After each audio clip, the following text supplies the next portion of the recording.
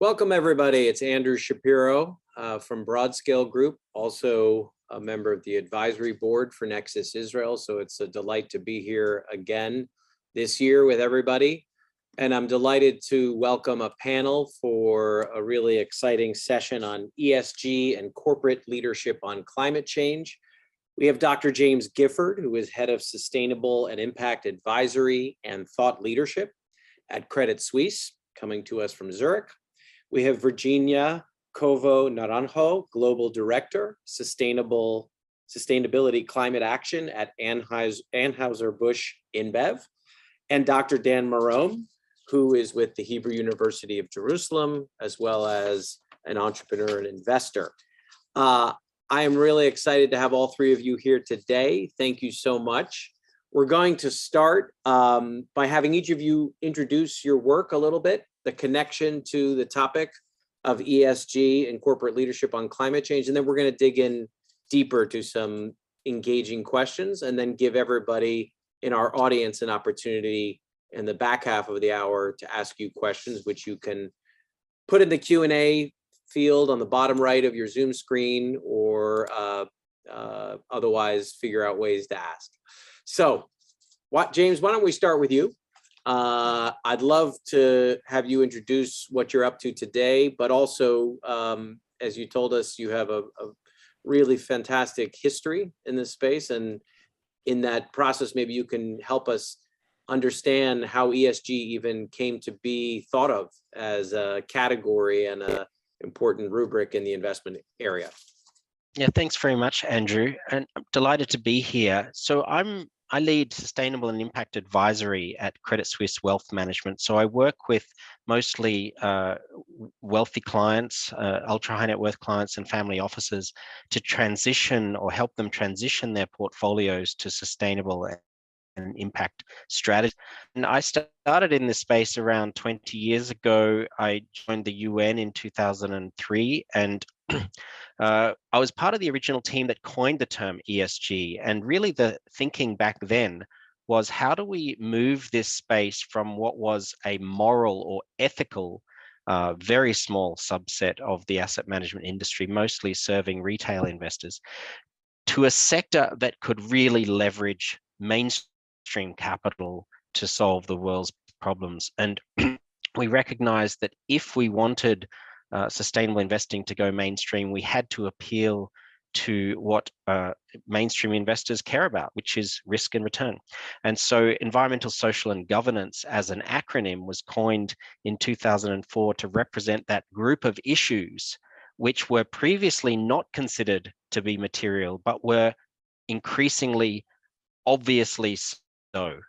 And that was whether electric vehicles were going to come out. You know, I think the first Tesla was just starting to be built, and the Toyota Prius was the big thing back then.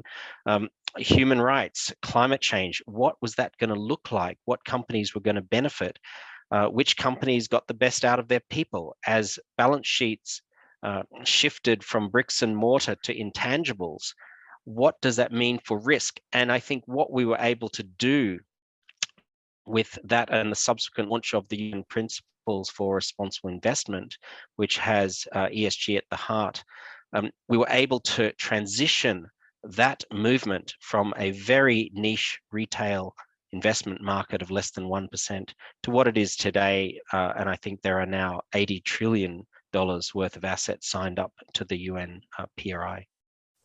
Wonderful. I'm going to come back because I do want to even ask you some questions about kind of the definitional scope of ESG.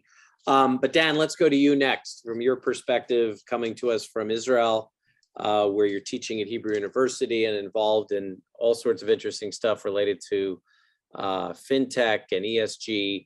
Talk to us about your work and your connection to the topic. Thank you so much, Andrew. I'm also delighted to be here. It's a privilege. So as you've said, I'm a faculty member at the Hebrew University's Business School, leading our activities in the impact field. And actually, I started my intellectual career by trying to revolutionize the financial sector. I wrote a book called The Crowdfunding Revolution, and then another set of books on crowdfunding and research, and thought that we could democratize innovation by changing the system. And in many ways, I thought that it will have a societal impact, that we can create jobs, we can create prosperity, mostly in emerging markets.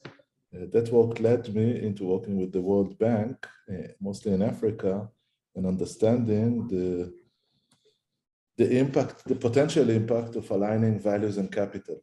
And I started to be more interested in this field, mostly in emerging markets, and trying to be partially an academic, partially a practitioner, not doing good enough each of them, but trying to push forward these two frontiers, because I think we have a role and we have a responsibility. And I think that's the title of this session. Our responsibility to do good, to share good. And it's tough, as it was tough to change the financial world. 12 years later, I think I failed. I hope that we will be able to mainstream ESG, and I'll try to be a bit more critical, because I think we are, in a tribe of convinced people about ESG. I'll try to be a bit more critical in this panel. So forgive me for wearing this hat. I hope it will make it a bit more interesting. No, I think So, that's sorry good. for the monologue. We want to have a robust dialogue, and I appreciate that. And it's all in the spirit of moving us forward.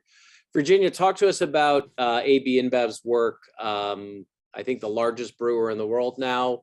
And when people go to grab a beer, are they thinking about these issues, you think? And tell me what your company's doing to be a leader in the space. Well, thank you. And thank you for having me here, Andrew. More and more consumers are looking for purposely driven products. And not only that, they're looking for what is this brand doing? Because we talk through our brands. We don't talk through the corporate brand AB InBev. We talk through Budweiser, which you see on my background. We talk through Stella Artois. We talk through Corona, right? But consumers are more thinking about like what's happening, what is transparent, what are these brands doing to the world, to the lens of ABI. And I think also this is true for everybody, just as Dr. James was saying, the responsibility of companies, understanding your risks, understanding what are the material issues where you can impact as a company. We are very fortunate in the sense that we consider ourselves a natural product, and we are very local. So we do impact our local communities. And as we look at climate change specifically, which is what I focus on, you don't need to, you cannot think about climate as just a environmental issue. You need to think about these issues as what is the impact on society? What is the impact that you have on the communities where you operate, right? So we have an extended responsibility, not only because corporations represent more than 70% of the world's emissions, but because of the role that you have on economic development on the countries in where you operate. And how do you, as a company, contribute on that inclusive growth? So how do you make it inclusive? How do you make it local? And how do you make it a part of that country, of that economical development? How do you make it part of the Sustainable Development Goals? So I think as a company, we're thinking about that as we developed our ESG strategy. We're thinking beyond and understanding how does that value chain look like? Where are risks downstream and upstream? Because we need to understand how do we influence the communities? How do we work with the retailers where we operate? How, for example, do we provide them with green electricity? How do we bring the know-how that we have into our customers as well? So I think it's thinking about the holistic picture and really understanding your entire value chain and the impact that you can have. And then how do you tell this story to your consumers through our brands? Terrific. Great start. I want to talk now about, a lot of progress has been made. I was looking at some statistics in 2021, the amount of capital that went into ESG funds more than doubled. The numbers I've seen are $120 billion inflows in 21 versus 51 billion in 2020. And a lot of that is actually going to climate tech, which is great. Although there are other key areas as well, but that, 40 billion in 2021 doubling. And James, one of the things here is, this same publication said that about a third of all assets now have some ESG focus, which is remarkable. But I'm wondering, again, since you were present at the creation of this rubric, is there a way in which almost everything is becoming ESG, right? I mean, everybody needs to be cognizant of environmental factors, of social factors. Good governance has always been an important part of an investment evaluation. So, how do you see the field evolving, and what are the major challenges that remain? I think we need to separate out companies doing things well or companies doing things responsibly, which is a huge part of the economy, and specific technologies and earlier stage strategies, emerging market, frontier market strategies that are really trying to solve specific problems. And those are two quite different worlds. And the ESG world is the first one. And really the purpose of the ESG space is to push the big companies to be more responsible. And I think an analogy is environmental management in, say, the mining industry. In the 70s or 80s, it was probably non-existent in many mines. Now it's pretty much, required, and it's business as usual. And like you have an accounting and an HR department, you have an environmental engineering department for every mine. And I think we are seeing the same kind of, normalization of a particular function. Every fund manager has, large fund managers have dozens of ESG people who are looking at the sustainability performance of the underlying companies in their portfolios, good and bad, and they are exploring how risks will manifest. Will those companies get in trouble? Will they be leveraging opportunities and actually provide avenues for outperformance? And I think it's becoming normal. So in that sense, I think ESG will become just like environmental management, but there's always a cutting edge. And I think this is where, the work that Dan and others are doing in frontier markets, active finance, clean technology, early stage venture capital. This, in my view, is where we have to put more resources and more focus on actually getting the scientists out of the labs and into the marketplace at scale, and getting capital into frontier markets in a responsible way and building up those economies. So I see that sort of barbell of early stage tech plus frontier markets as the area that we really need to focus on. And I think ESG and mainstream companies becoming more sustainable over time has got really good momentum. That's a really interesting framework. And I'll bring that to Dan and Virginia. I'll just mention one thing. I remember years ago, speaking with Bill McDonough, one of the pioneers in the sustainable business space, who actually said, I'm not sure sustainability is the right term for what we're aspiring to. Sustainability is just, keeping things level. We need to actually drive, as he's gone to a whole theory of a circular economy, regenerative economy. And frankly, at broad scale, our mantra is disruption for good. We actually want to see, as you said, truly at the edge frontier innovation that will transform traditional industries in positive ways rather than just making them sustainable. Dan, what do you think? You've been doing practical work and academic work. What is the right way to think about all of this? What is the role, as James said, of emerging technologies and emerging markets? And since you work on crowdfunding and financial inclusion issues, how is that part of the picture as well? A lot there. So I'll be like a politician. I'll answer what I think is most important for me. And Right. I think, Andrew, you owe our audience an explanation about broad scale, because I'm not certain that you introduced yourself yet. Would you like to introduce yourself a bit? Because I think broad scale is a play. And as the moderator, I don't need to do that, but I'll jump in with thoughts from our work as well. But thank you. Go ahead. So I think it's all about incentives. And I think talking about ethics is nice, and talking about how are we responsible, and I started with that.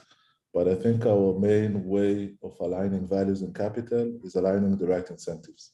and it could be done with various ways. I think the academia has a huge role in it. I'm not certain that I'm saying it as royal we're applying it, but we have a huge role in that, in designing the right incentives so that corporates, and I truly agree that corporates are the game changers here. It's not about regulators, it's not about consumers, it's about the new governments, the new G8 or C100 or whatever. They are the ones to be the game changers in our field. And I think that aligning the incentives of them, of the managers, of all the stakeholders there will bring the gospel that we're talking about. And I'll share some insights about that later. I think regarding emerging markets, what both you and James said, I think that mostly there's a huge opportunity. We're talking about sustainability, we're talking about ethics. I see it mostly as a huge opportunity, not only to do good, but also to do well. I think that you chose very wisely M-Copa, which I'm highly familiar with at broad scale, but I think there are other players in the financial markets that are helping the ecosystem to leapfrog. And when you have more than 1 billion people and not being able to connect to banking services, whatever they may be, credit, payment, insurance, whatever, you have a huge market. I think that the byproduct here, and I know it might sound weird in a panel talking about an ESG, I think that if you first align the incentives and if you think there's a huge business there, ESG could be a wonderful byproduct in that sense, and I think that M-Copa can do good as well. So I hope I was able to answer some of your questions. I'd love to hear Virginia, and not to speak too much. Then maybe we'll debate a bit. No, that's great, Dan. Thank you. And Virginia, I'd invite you to speak too about this dichotomy that I like the way James framed it. It's sort of the barbell. You have corporate responsibility on one end, and then you have pushing the envelope with innovation. And you mentioned that AB InBev has an accelerator where it's working on new technologies, new models. I guess it would be great to hear more about that as well. Yeah. I completely agree with what James said. One of the things is that, yes, we have to do good corporate sustainability, and we have to do good corporate responsibility. But at the same time, we know that to achieve these goals, we're really gonna have to push the envelope, right? And it is the role of corporations like us to actually be able to scale these new technologies. So that's where our role lies. And this is when we launch our 2025 sustainability goals, right? When we said, you know what, we want to reduce our emissions by this amount. We believe in a circular economy. Therefore, everything's going to be made from recycled content. We knew that we could not solve a lot of these challenges alone. And now that we have an ambition to achieve net zero by 2040, we know that not everything is invented. I developed the roadmap, and I can only get as far. And I know that there's going to be cutting edge technologies that is going to help us get there. So what we did back then is we developed what we call the 100 Plus Accelerator that we now have partnered with Coca-Cola, Colgate, and Unilever. And what we look for there is startups that are at a certain stage, and we help and we're that promoter. We help them pilot and scale these solutions so that we can actually all achieve those ambitious goals that we're looking for. So we make an initial investment, and then we also give them access to different conferences, investors, venture capitalists, etc., so that they can also grow their business. Because if we're not here to help them scale with their solutions, then who's going to be here?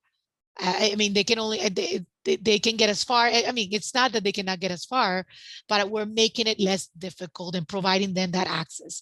So I think that's one of the big roles that we have as corporates, is how do we help these new technologies emerge and scale, even when they're not still financially viable. They need to be able to scale up to be financially viable. So we're helping build that bridge. That's music to my ears. That's the whole reason I started Broadscale, was to try to foster those kinds of partnerships between leading new companies, technologies, and startups, and big incumbents who have the scale, the capital, the reputation, ability to bring those ideas to their full fruition. So that's fantastic. let's go deeper on the power of those kinds of partnerships. I'd love to hear perspectives from any of you about whether it's cross-sectoral partnerships or working with startups.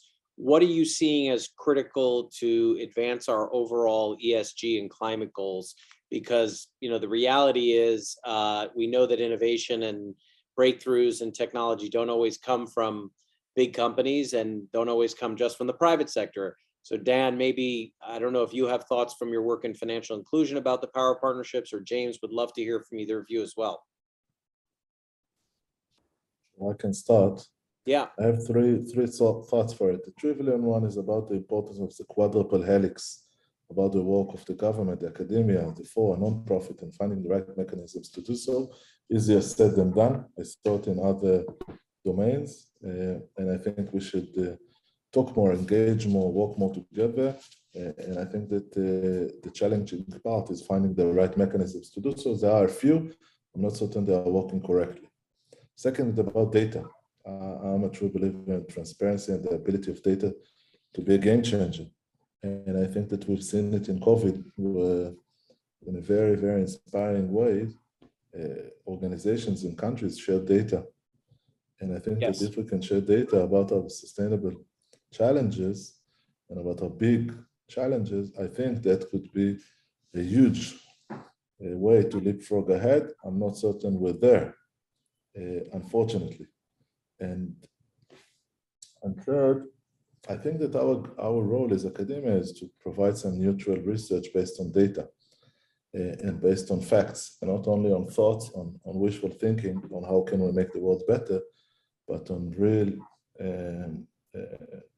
data and information. And I think that we should do more on our aspect in order to provide such kind of insights, both to policymakers and to corporates, where I think corporates are far more important in that sense. So there are three thoughts. I know that they are high level, and I'd love to get deeper into them later on. And with that, actually, since you mentioned the role of government as well, I'd love to, maybe I'll just ask you a quick follow-up. What's your take on, you know, the balance between government as a top-down regulator versus being a catalyst for innovation or data provision, data disclosure? And I'm thinking here about, you know, the role of government bodies in asking companies to disclose, for example, their climate footprint and their climate action plans. What are your thoughts on that? I think it's super challenging to think that governments can solve those issues. Sorry for being blunt and Israeli. I think that when thinking about mega corporates that are spread across various nations with various reasons to do so, optimizing their business aspects, I think that for various governments, it would be hard to chase them and to force them to do so. It could do well in a micro scale, but not on a global one. I think that governments should, first and foremost, empower companies with the right incentives in order to do good. They should focus on the bright side of aspects and to focus their energy there. It's, again, easier said than done, but just as an anecdote, 2 or 3 hours ago, the Tel Aviv Stock Exchange published their first ESG report. The Tel Aviv Stock Exchange is quite a vibrant stock exchange, at least here in Israel. There are more than 600 companies listed there, more than 100 listed last year. And it's a booming market, at least in an Israeli scale. It's not a broad scale, it's an Israeli scale. And we're thinking about what could be the impact of such kind of a move. It's nice, but it's not enough. We should do much more about it. And I think that the ball is in the hands of the larger corporates, and the governments should listen more than do and help them align their interests in order to do good. Interesting. James, I love your perspective, both on the role of partnerships and on that question of what role government should play. Yeah, look, obviously government has an important role to play in terms of both catalyzing new innovations, which the market has not yet been able to find a way to make money from. And I think, supporting research institutions and very early stage research, which is not yet commercial, very, very important role. But I do look in the long arc of history, it is the technologies which transform the world. And I feel if you look at, say, climate, we may get in developed countries that is effective, but until we get technologies that are simply cheaper and better than fossil fuel in pretty much all contexts, people are still going to burn it, because still a lot of low-income people in the world, and it is very, very difficult to expect them to voluntarily pay significantly more for their energy when they still have a lot more development to go.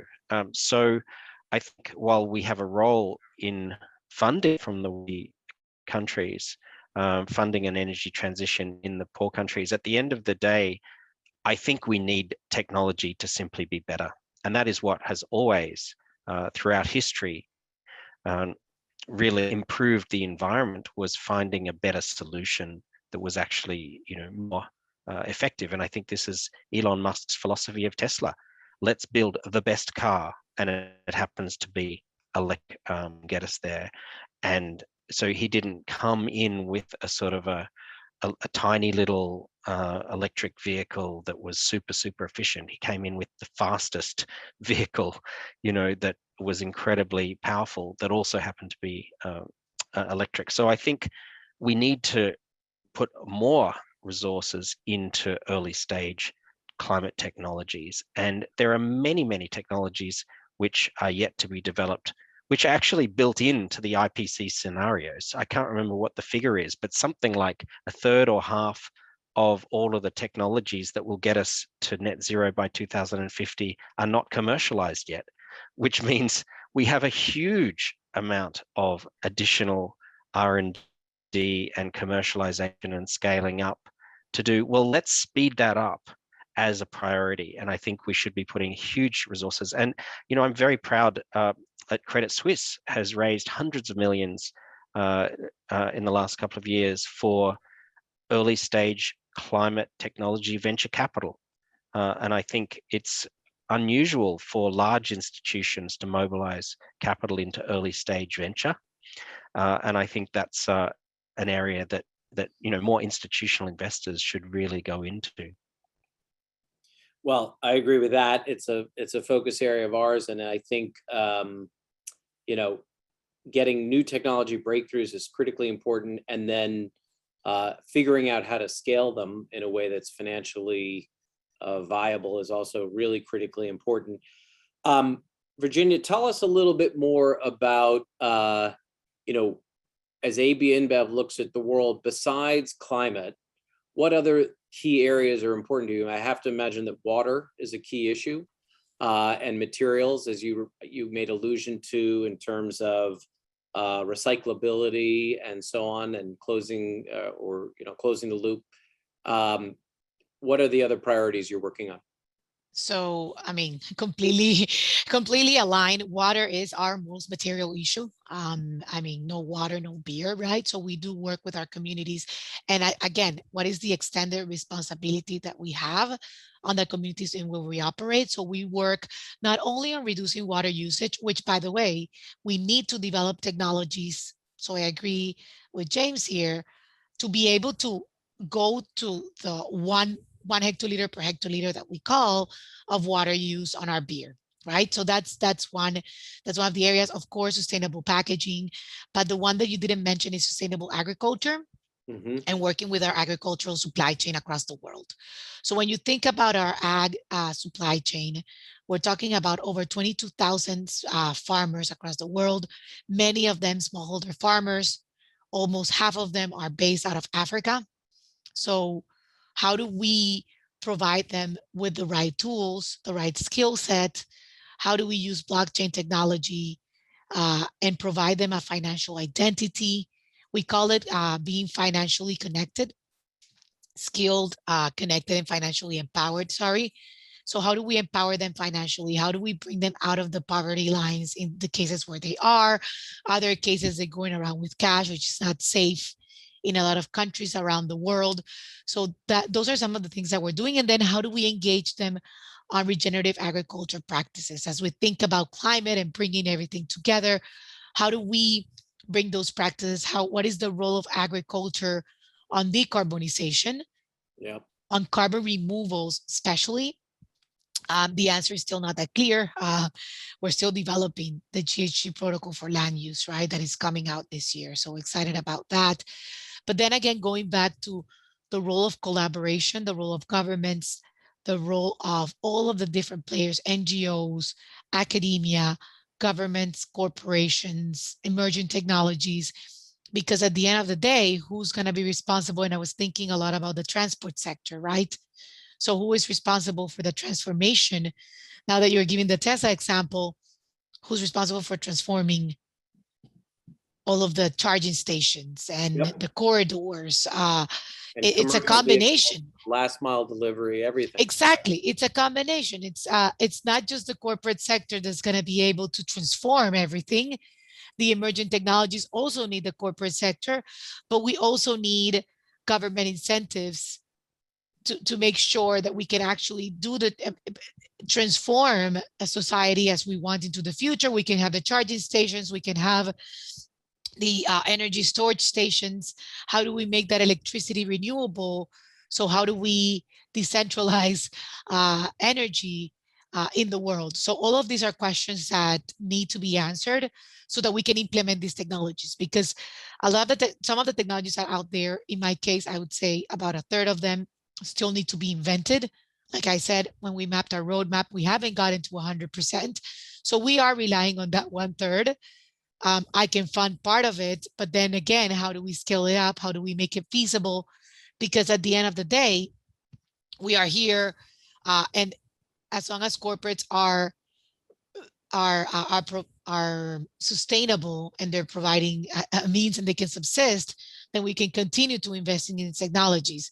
But if they're not scalable, they're not economically feasible, then it's hard to really scale them up and make it sustainable. That's great. I'm reminded of, one of our portfolio companies, speaking of Tesla, is a company called Proterra, which is kind of the Tesla of heavy duty vehicles, right? They make battery packs for big commercial trucks, and they also make fully electric buses, and they're partnering with other large auto manufacturers, vehicle manufacturers like Daimler and others to provide them those battery packs for all the different uses they have.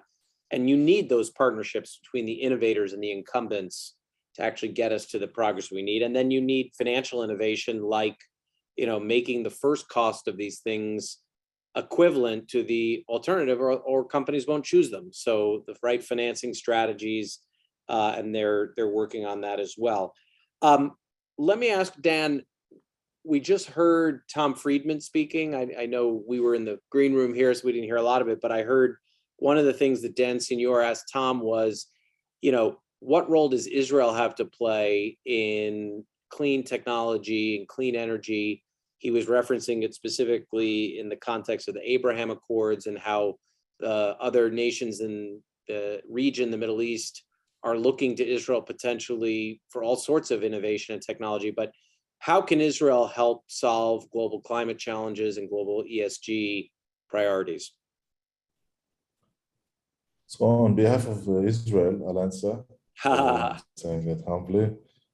I think that James is right, and also Virginia spoke about the potential of tech to scale the solutions. And maybe technology is the only way to solve it. So I think that Israel is well positioned to lead in such kind of fields, and I think we have already seen such kind of examples.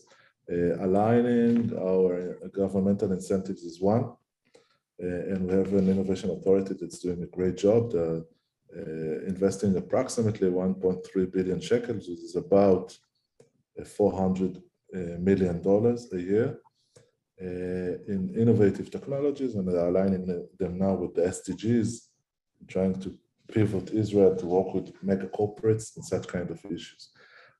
Still, I think that's a drop, a huge sea in the Atlantic, where I believe that the biggest opportunity in Israel is about getting the right motivated ex-officers from tech units to push them to do such kind of innovation and not chasing after users in the net in advertisement industry, which I have no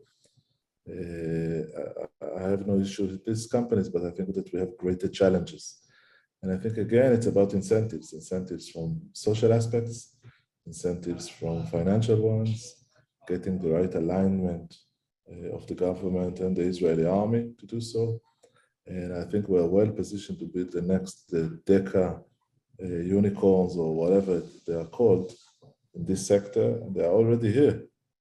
Now we just need to nurture them. Well, I like that answer. I'm reminded when we did the first Nexus Israel, we had Amnon Shashua from Mobileye, which was one of the most successful Israeli startups and transforming the world of autonomous vehicles. We've also had Daniel Ramot, who's the CEO of Via, which is an Israeli tech and software company that's transforming public transit, which happens to be in our portfolio of investments as well. James, talk to us a little bit about, do you have a perspective on the role that Israeli innovation is playing in all of this work at all? I'm curious. Yeah, the great thing about innovation is that it doesn't matter if you are small when you innovate, because it's not really your responsibility to scale.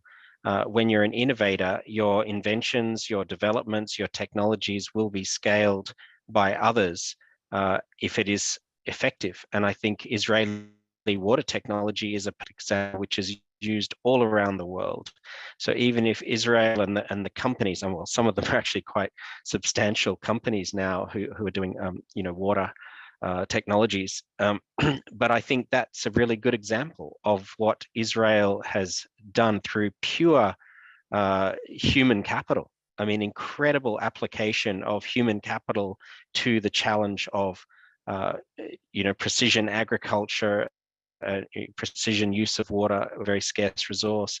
And I think it's only the beginning. I think we are seeing, precision agriculture alone, that has a long, long way to go in terms of what we can do with robotics and, different breeding and soil and indoor agriculture and all kinds of really interesting innovations. So I think Israel is particularly strong when it comes to human capital.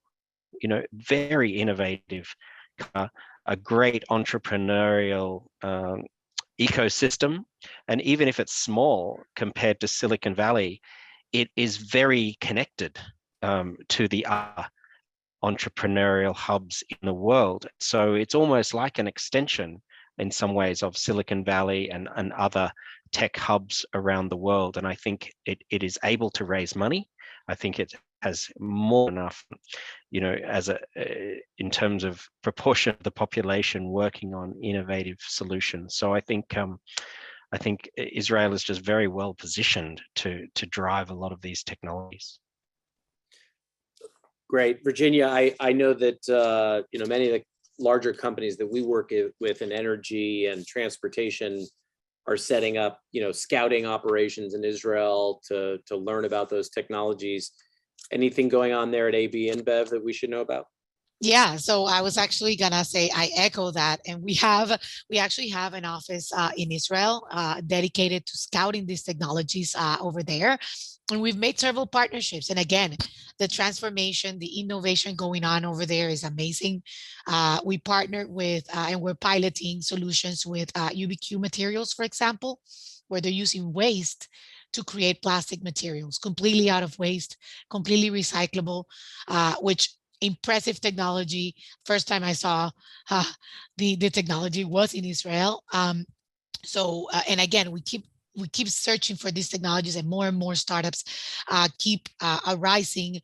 We're looking at a couple of others right now. We'll see where that goes. We also launched an incubator a couple of weeks ago in Israel. And the idea is this is going to feed into our 100 Plus accelerator as well. So we're completely kind of creating this ecosystem and completely impressed with the level of innovation that's happening out there. I have to echo what everybody just said.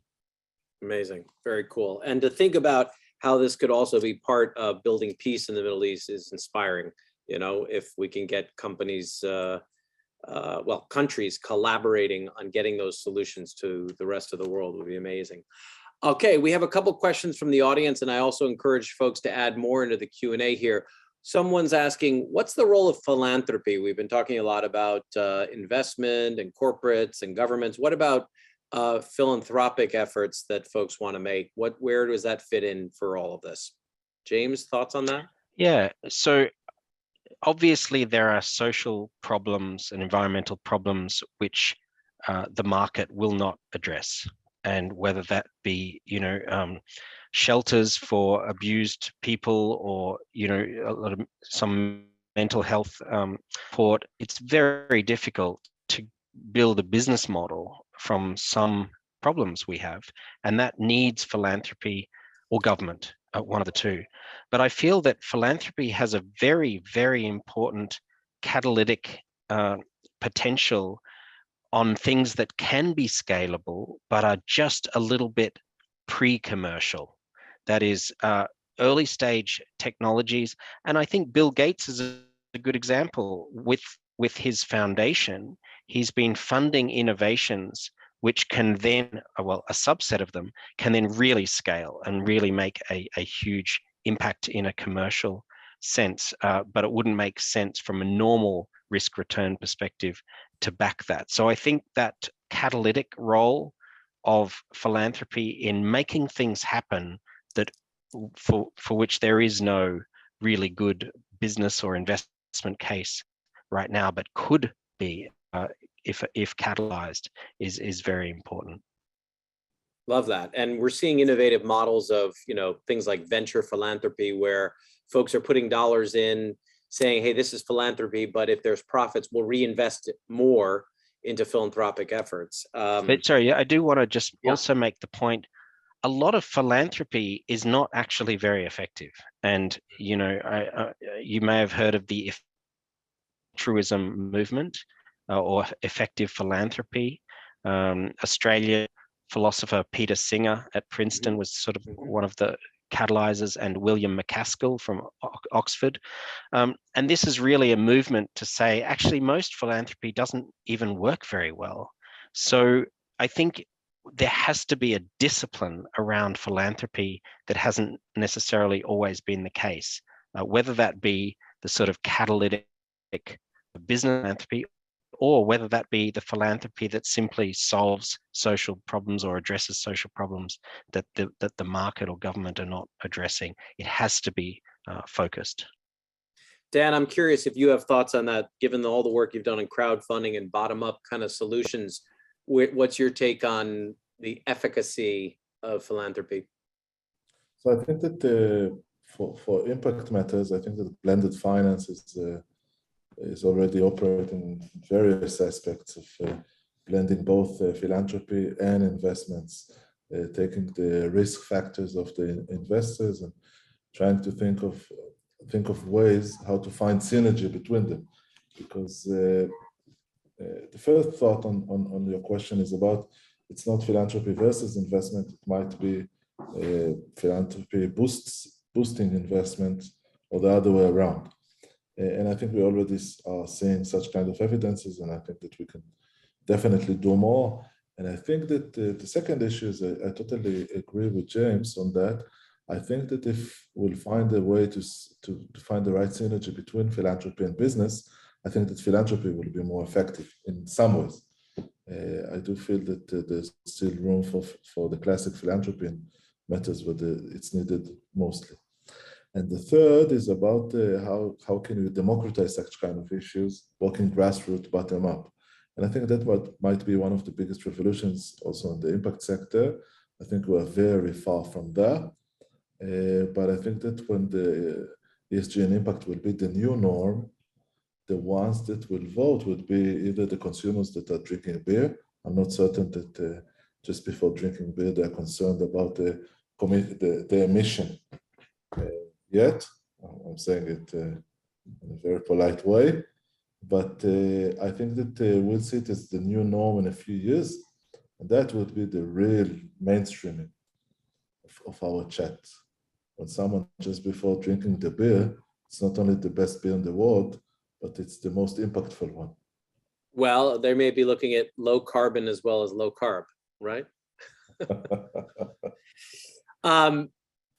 Let me get another question in here, because this is an interesting provocative one. Speaking of provocative questions, the questioner asks whether, and I haven't even heard this term, the area of degrowth, which I guess means less emphasis in economies on growing the economy, is getting traction as a way to, solve issues of the future. And there always is a debate, right? Whether we need growth at any expense, or whether, we should not be so focused on growth and focus on other metrics like people's happiness or whatever. Any of you have a perspective on that?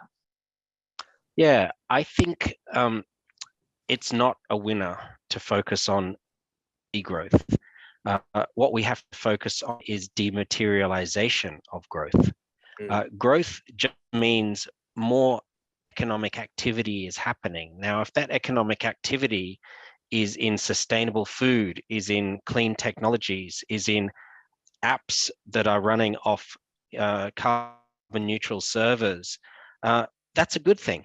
We need a lot more economic growth, particularly in the bottom couple of billion people in the world. They want good hospitals, they want good schooling, they want opportunities, to live a prosperous life like we do in Western countries. And I think to sort of say that the global economy can't grow is actually locking billions of people into really low incomes for a long time. So I think it's possible. I think we have, in many sectors, turned the corner in terms of dematerialization of economic output. So per unit of economic output, material inputs is going down. And I think we are seeing now, there's actually a really good book, which I would recommend, called More from Less, from Andrew McAfee from MIT. And he just goes over example after example of where we have been able to deliver more output or things that we need for less input. And one example is the Coke can or the beer can in 1970 weighed 70 grams or something, and now it's 11 grams. And the final 2 grams was shaved off through some sort of AI modeling of aluminium, which is just extraordinary. So this will continue. And I think we shouldn't get caught up in ideas of growth when we're so close to actually finding ways to grow and give people what they want at much lower environmental impact. Oh, great point. Great point. Andrew, I want to take I- the opportunity, if it's okay, to ask you a question, because I think that I'd love to hear you. Okay. And about what do you think, what are the biggest opportunities of this decade in impact ESG, and how's Broadscale is gearing up toward monetizing or exploring such kind of opportunities? I will answer that, and I'll do it at last. I want to go to Virginia since I think she was about to jump in. Did you have a point on the growth point, Virginia? Of course. Yeah. Of course Come I on did. in. I think the role, I agree with James, it's not about degrowth, it's about sustainable and inclusive growth. Because again, if you go on degrowth, how are you going to develop communities? How are you going to make sure that they grow above poverty lines? So how do you drive growth, including the entire community, and how do you actually make your businesses sustainable without degrading? Because I saw the question, without degrading the resources, without causing negative externalities, right? I think the key and the sweet spot is really understanding how is it that I can make sure that I'm mitigating my impact and that I'm not causing any additional negative externalities as I grow. And then how do I bring along my value chain and my customers and my consumers on that inclusivity. Love it. Great.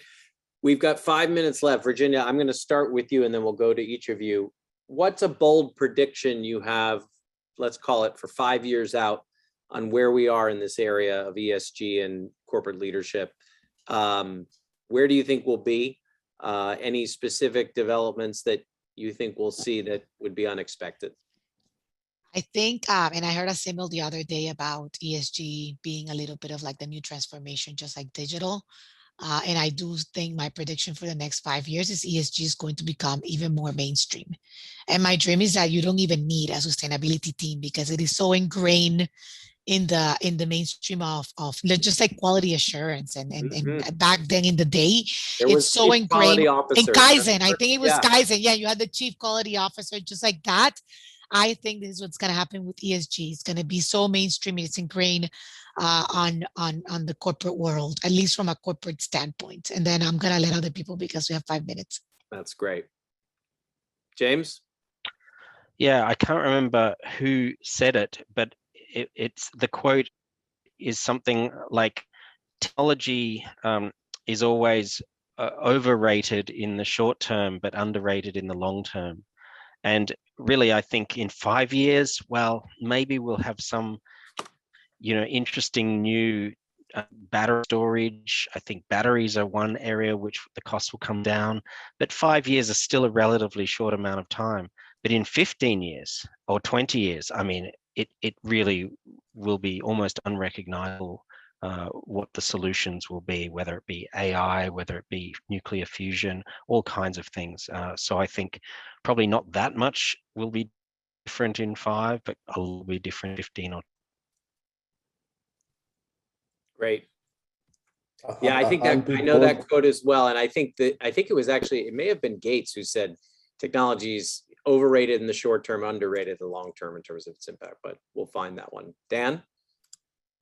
I'll take 60 seconds and let you speak the rest of the two minutes. I think that my biggest dream is about cultural change. I think that most of the people, not the ones that are fully into impact and ESG, most of the people out there think that there's a debate between values and capital, whether you earn money or whether you exploit, whether it would be the planet, whatever. And I do hope that in 20 years, we would not ask ourselves this question.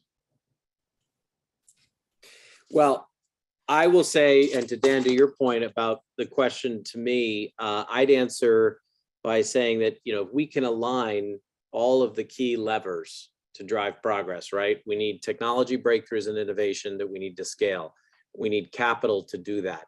We need the right public policy framework. And then lastly, to your point, Dan, we need the cultural element. We need people with a mindset of driving demand and change in the right direction. And I think that, as we said, the entrepreneurial spirit of Israel is a good inspiration for the rest of the world on all of that, because Israel has always had the mindset of we can solve the very significant challenges we have, whether it was showing up in a desert and figuring out how to do ag tech early on and how to conserve water and use it, or all the breakthroughs that have come from technology in Israel. If we can get that mindset of a capacity to innovate and achieve things collectively, then I do think when we look forward to 5 years or 10 years from now, we'll be in a good place. And Virginia, I also have long been a fan of your idea that, I've been in this space now for more than 20 years.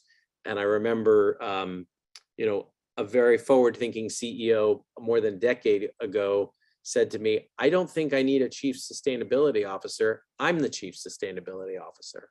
If I can't, ultimately assure the continuation of my enterprise, then I shouldn't be the CEO. So hopefully everybody's going to have that perspective and mindset.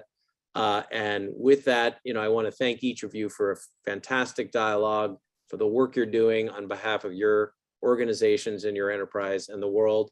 And I think that's probably a pretty good place to leave it. So thank you all of you. Andrew. Thanks very much. Thanks. Thank you. All right.